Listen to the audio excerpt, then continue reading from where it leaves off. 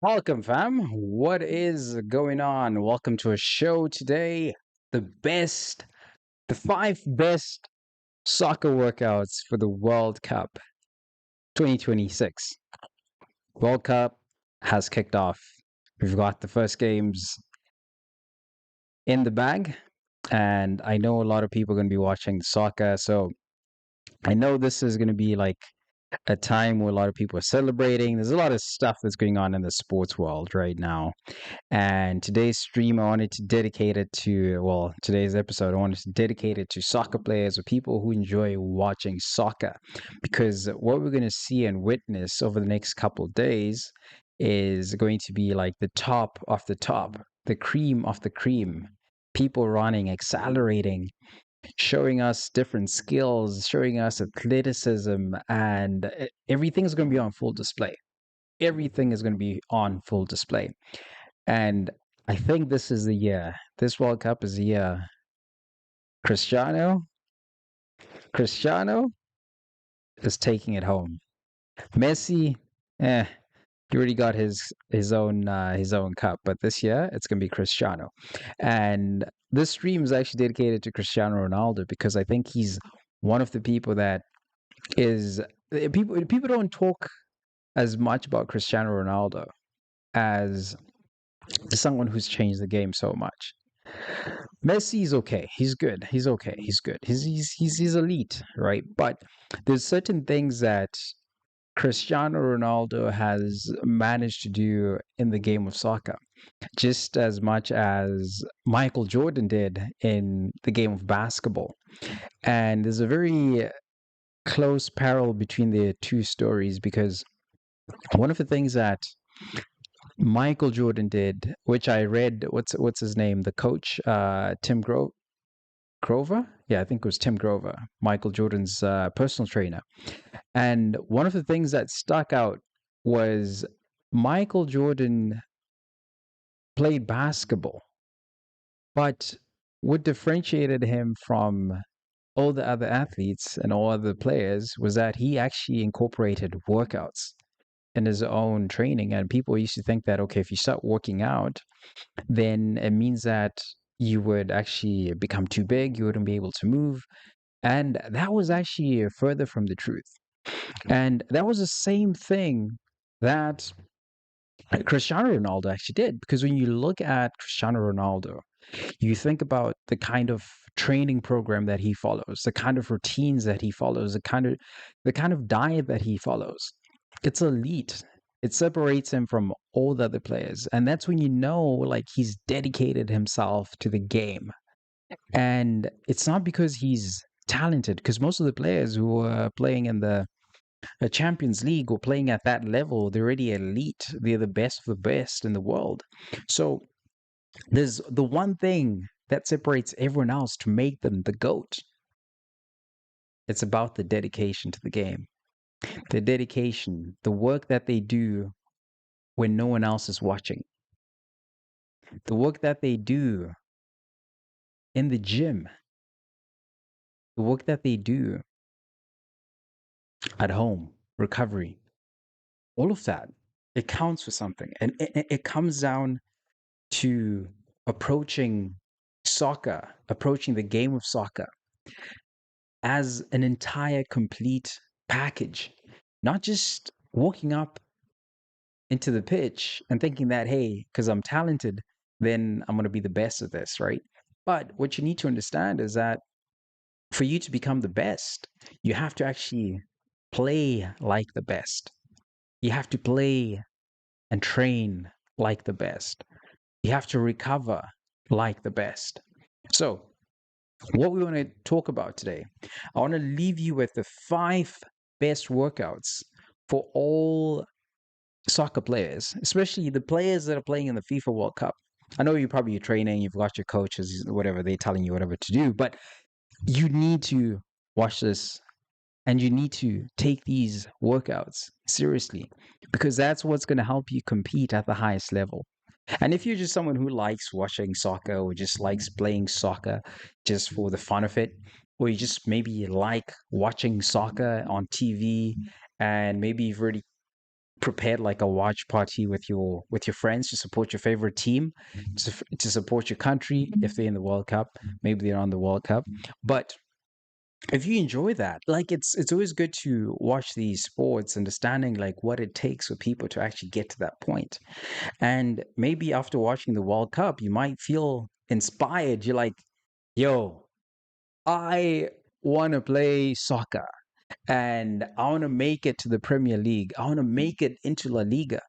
I want to make it into the national team. You might be inspired because you're like watching these amazing players display their talent, display their athleticism on the field, and leave it all on the field with the passion, with everything that they have in their body. I think if you're one of those people, like you're going to get inspired. I think it's going to be amazing. It's going to be an amazing World Cup.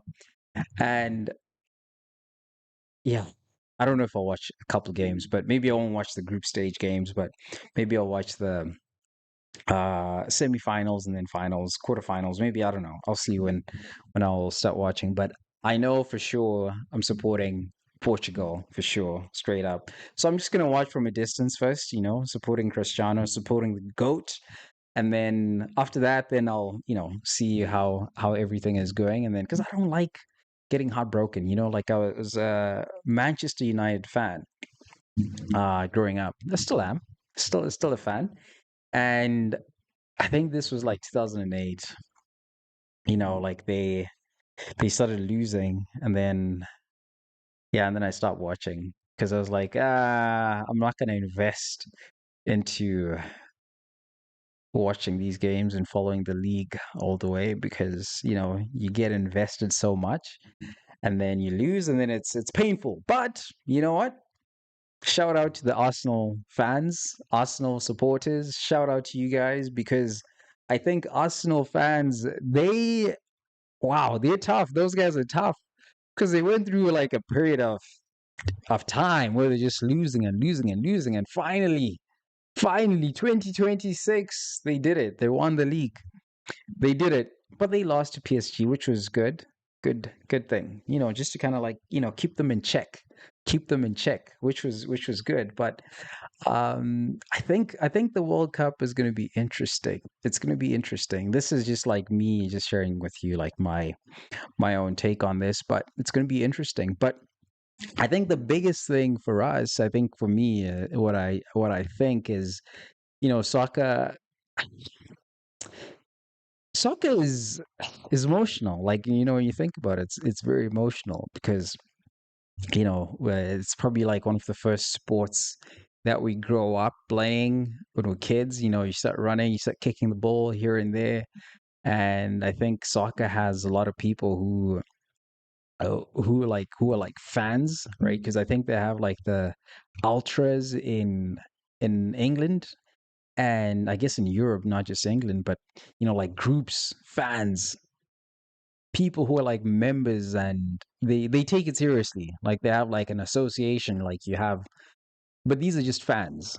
So it's like there's the soccer team who play on the field, and then there's like this fans, the supporters who go up and pitch up, singing war cries in the stands.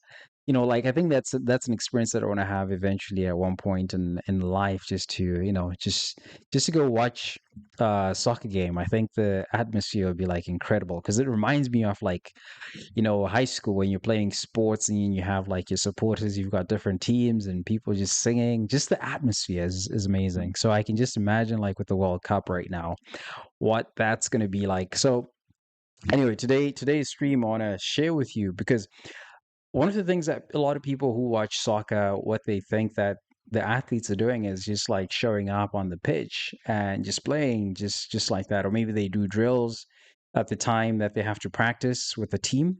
But what a lot of people don't realize is that a lot of the players who are playing in soccer, they're not just running like drills, right? They're doing what's suicide. Let me not say that word because they're running. They're just doing a lot of cardio. But the reality about soccer is that it requires endurance, it requires acceleration, power, strength, balance, cutting, agility, right? Deceleration, because sometimes you run fast and you have to stop You have to control the ball. So all of that for athletes, it takes a lot of skill.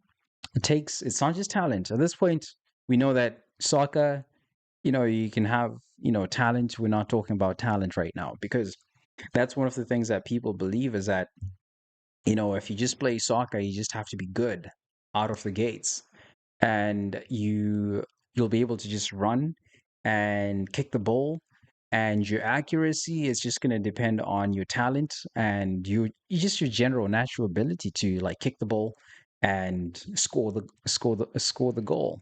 Because matches alone, just playing soccer, because I think this was like very naive of me as well, like just growing up is like, okay, soccer practice, you just think that you just go and play a sport and then you just show up and then you just become good, right? So there's a lot of misconceptions when it comes to like learning sport and playing sport, and it's not just soccer, but it's any sport really, which I found there was a big difference because for me personally, like I saw the difference when I started swimming and when I started lifting weights, that I actually improved, my coordination improved and my speed improved. Like all of the things that I needed for different sports, it improved because I started working out and training different things, different aspects. So what you need to realize is that for you to be good at any sport, you don't just show up and play the match.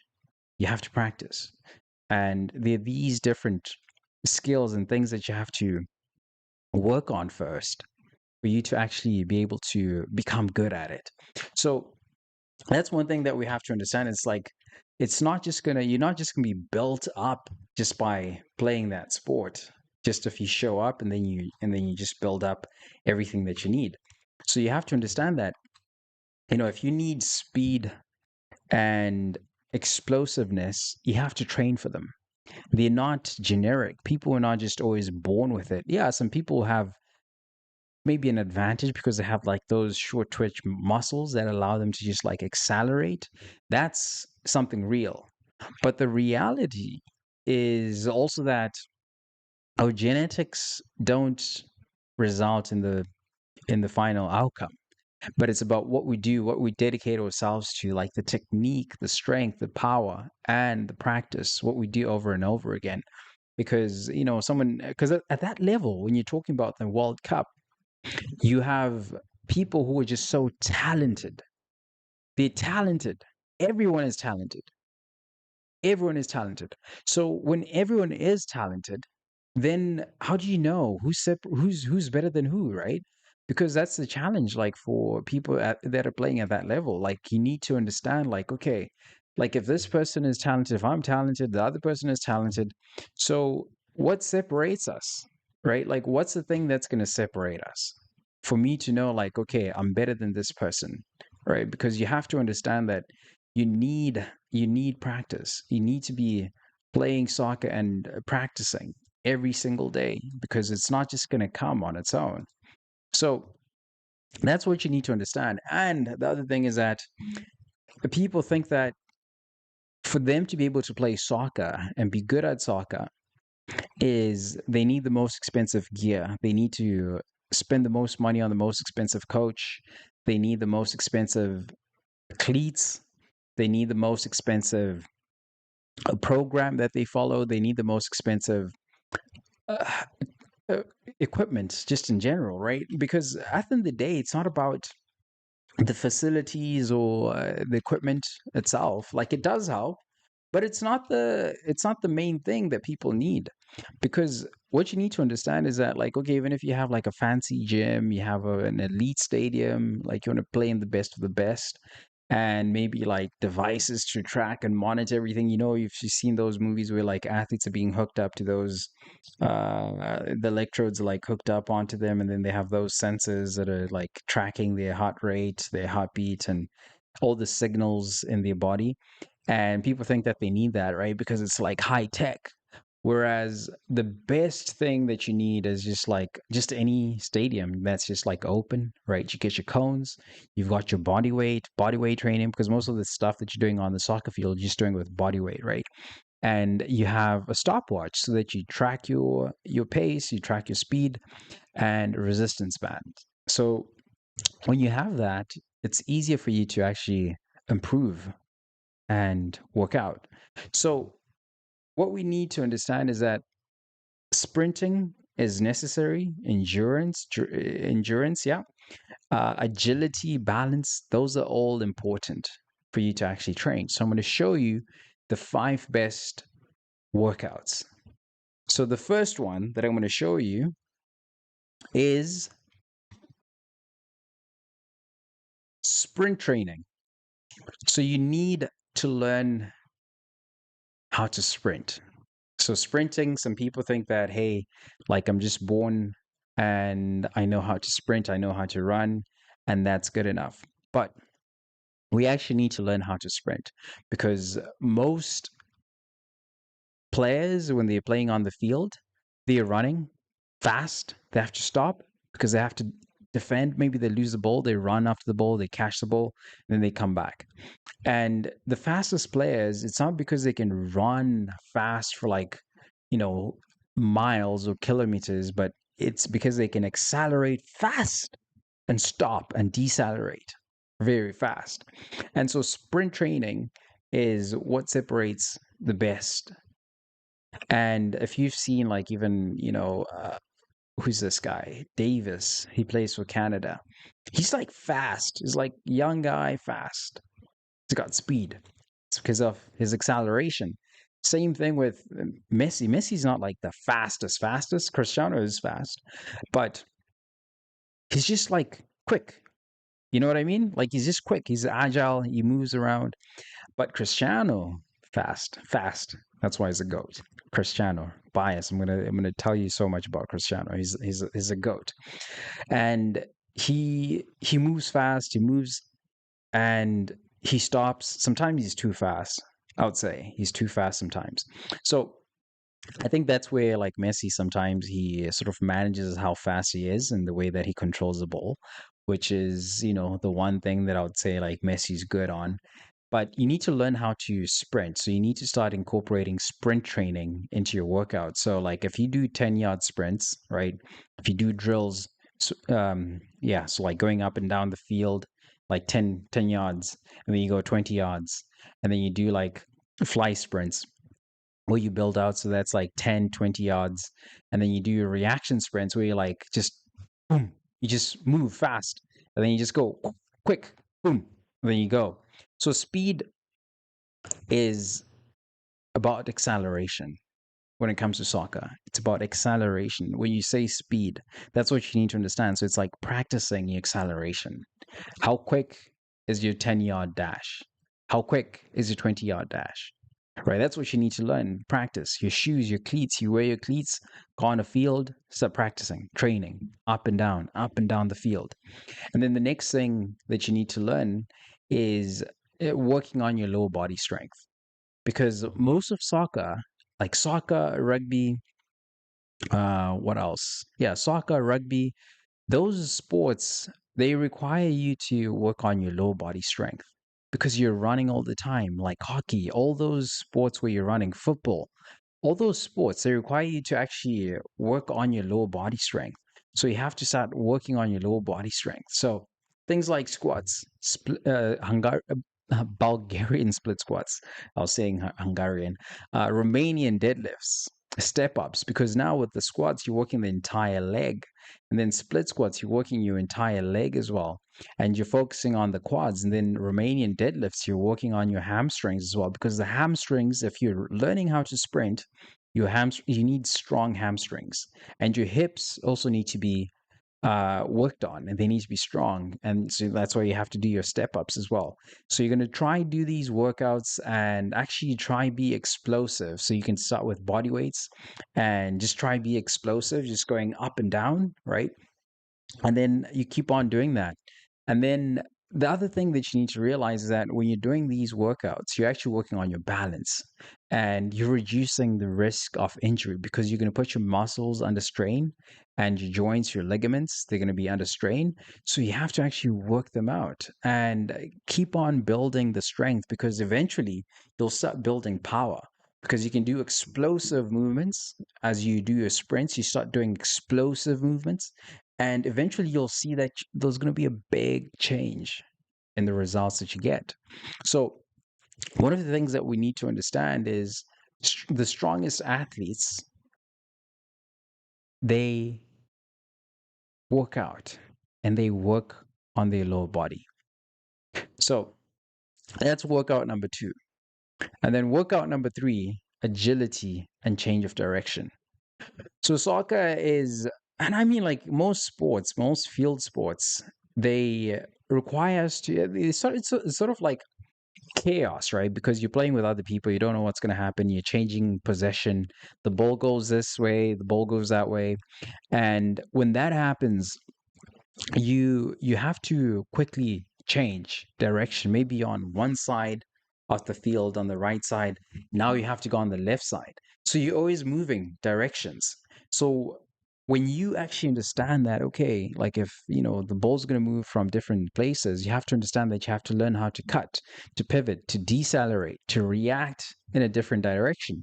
So that requires you to be agile, so like moving in different planes, right? So you can move it forward, you can move backwards, you can move sideways, you can move sideways, you can run in different directions, and you can do it at a moment's notice, right? So that's what you need to understand, like when you're training, when you're practicing for soccer, because it's summertime as well, because a lot of people are going to be playing soccer. You're going to get inspired. I'm sure some of you are going to start playing soccer and you're going to get inspired. You're like wondering like, okay, how can I be a better player?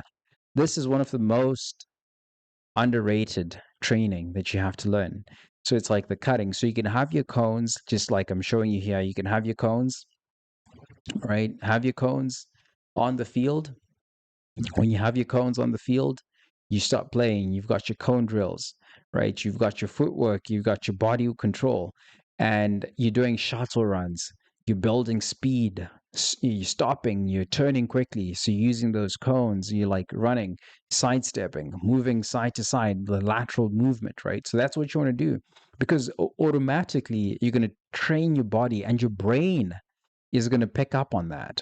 And naturally you're going to get better and start improving, because when you're fast and you can change direction just just like that, you become dangerous. You become one of the best and you become elite, because you see, like the older people get, they tend to stop moving in different directions, moving like woo, woo. How fast are you? Can you guys see how fast I am? My head moves. So that's what you want to do, but your entire body, your legs, they're shifting. All right. So that's what you want to start practicing. And you run. Because if you've seen kids, if you run with like like a teenager, or like people who play sport, like probably let's say football, they run, they do those drills, right? Where they're running side to side, side laterals, and they're doing those workouts because they need that agility. So same thing applies with soccer. You have to practice. You have to practice this, because this practice is different from the practice where you're practicing how to score a penalty or how to take a free kick. Because if you're doing this kind of training, it's the kind of training that actually separates you from everyone else when the game is happening, when the match is happening. Because when you can do these with ease, it's going to be easier for you to just catch your breath and go take your penalty, go take your free kick, and boom, score.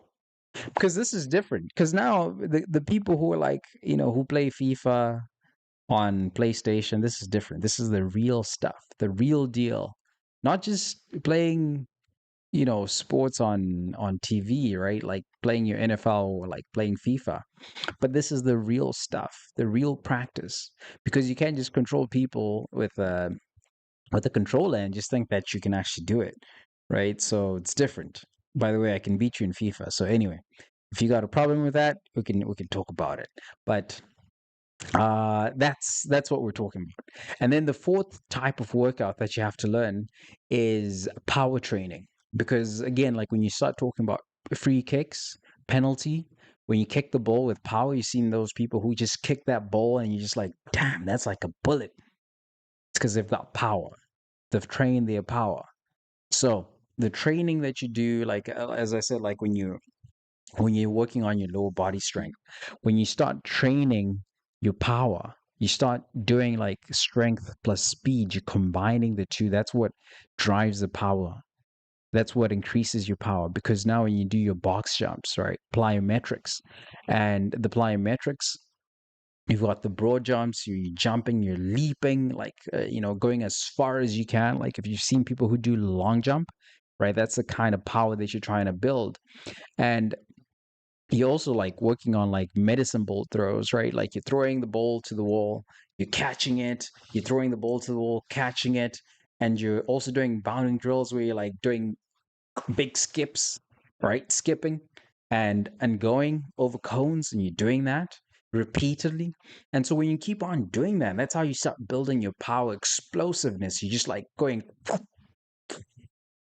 And one of the things that you can also do, which I like to do, is like use bands, and just put them around your hips, and then you start running, right? And then you start, because you've got the resistance, and you're trying to build that power, right? Because you're holding yourself back, and you're running with resistance. But then the moment you remove that resistance and you have to go, oh, oh, that's a crazy workout. So if you do that workout, you're gonna see lots of gains in your power.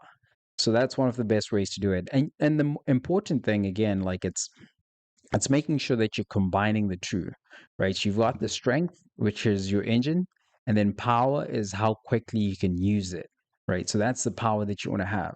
So you want to improve by combining your strength with speed. That's how you increase your power. Boom. Right. You don't have to do too much, but as you can see, like with all the different workouts, they start building on top of each other, right? So you want to make sure that you're combining them, because it's not just one workout in isolation and another, at a different time, but you want to combine the two. And then so when you combine the two workouts, right? So you will start seeing gains. And the most important thing is, like I said, you need a stopwatch. So you need to start timing yourself, because now with speed, how you improve your speed is timing. So when you use the timer, boom, you're going to catch the time, and you're going to beat your time. Because again, like if you see someone like Cristiano Ronaldo, he's got speed, he's got strength, he's got power. And the way that he kicks a ball, you can tell, like, man, this guy, he wants to take out the goalkeeper, because he's kicking the ball like, I don't know where he's trying to kick it to, but one of the best players in history, right, in soccer. So we're going to see his power on display. And the fifth workout that we have is conditioning. So conditioning, people, a lot of people throw the word conditioning around. A lot of people, but they don't actually understand what conditioning is. Because the conditioning part is what now builds the endurance for you to play a game for like 90 minutes or like 120 minutes if it goes into extra time. So the conditioning is what helps us to understand, like, okay, the amount of effort that I'm putting in, how do I sustain this effort throughout the entire game? Because now you're going to have periods where like maybe you have possession of the ball, and then you have to kick it somewhere else, and then you lose possession, and then you have to move, you have to run, you have to slow down. Maybe you're on defense, maybe you're like attacking, so you start moving in different rhythms, right? So it's like you have a tempo that you start building. And you see, if you've seen like some games, like, the touch passes, like from one part of the field to another part of the field, there's like a tempo that they're all moving with, right? It's like, okay, kick the ball here, kick the ball there, kick the ball here, kick the ball there. And you need to be able to sustain and keep up with everything that's happening in that interval. So you have to train for that. So that's why you have to now work on this, like where you're sprinting, you're recovering, you're sprinting, you're recovering. So you repeat that, right? So this is like more like high intensity interval training. So this is like the hit. That's the first part that we have, where you like sprint, right? You can sprint for like 1 minute, and then you stop, you rest for another minute, you sprint for another minute, rest, stop, and then you go again, right? So you repeat that, and then you time yourself to see, okay, in 10 minutes, How many times can you sprint and rest and recover?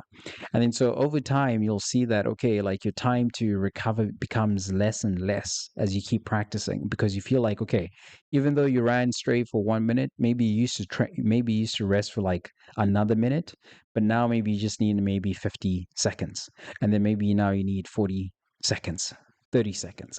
Maybe you can go for like 1 hour, 30 seconds with sprinting and you're good. So these are the things that you have to start thinking about because now if you have this, right, you understand this, like it's easier for you to actually keep on going and adapt.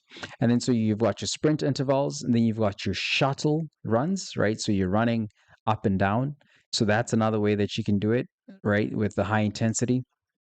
And then you got tempo run. So sustainable intensity, and you start building your endurance over time. So that's how you become well conditioned, right? Because you're conditioning not just like your body, how you look, because people think that conditioning is just about, you being lean. But at this point, we're talking about the conditioning of your own respiratory system. So that's your heart, like your heart rate, your lungs, your lung capacity, like your VO2 max. So, like improving your VO2 max.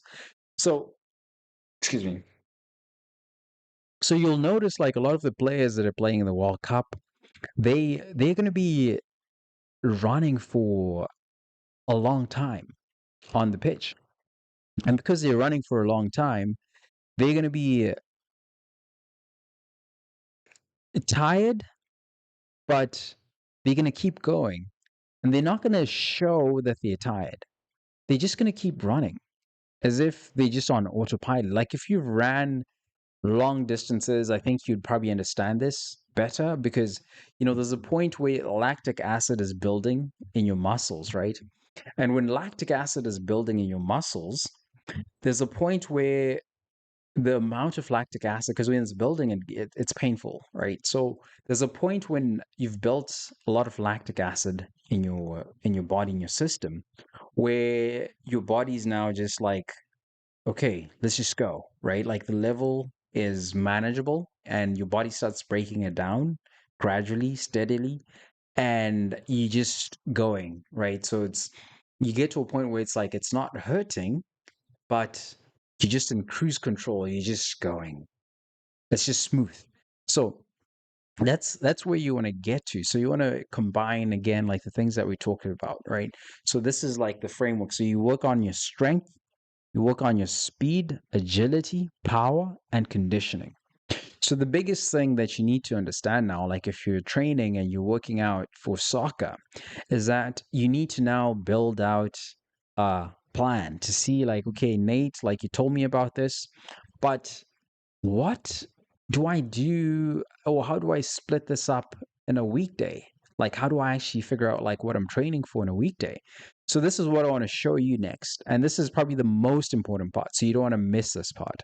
So when you're actually playing, depending on when your match day is, but this is also like training that you can do on your own. You don't have to do it with your team, but this is like training that you can do extra on your own. And if you're a coach watching this, make sure that your team is doing this stuff because if they don't do this stuff, they're going to lose.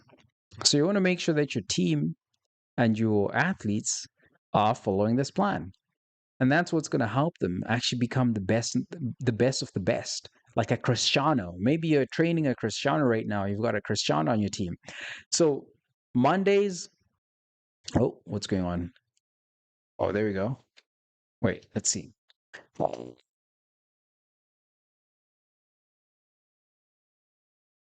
Let's see. Okay, let's go.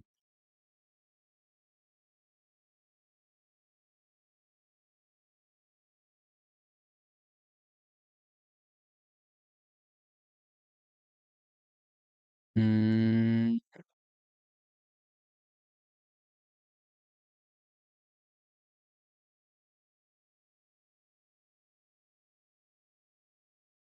yes, there we go. Mondays. So Mondays, we've got strength training, right? So you're going to have strength training on Mondays. On Tuesdays, you can do sprint work. On Wednesdays, you do recovery, mobility, because it's important. You have to recover. On Thursdays, you do agility training. So you're doing your cones. right? You're doing lateral workouts, you're doing plyometrics on Friday, so that's going to be power training, so that's plyometrics. You're combining now the strength and the speed, so with your power training. So that's what you do. You train that, and then you get better at it. And then on Saturday, you do conditioning, so that's your cardiovascular system, respiratory system, and you're doing, or maybe you have your match day, depending on which day you have that, and then you have your recovery. So you can rotate that, right? And depending on your schedule, right? And depending on how much time you have.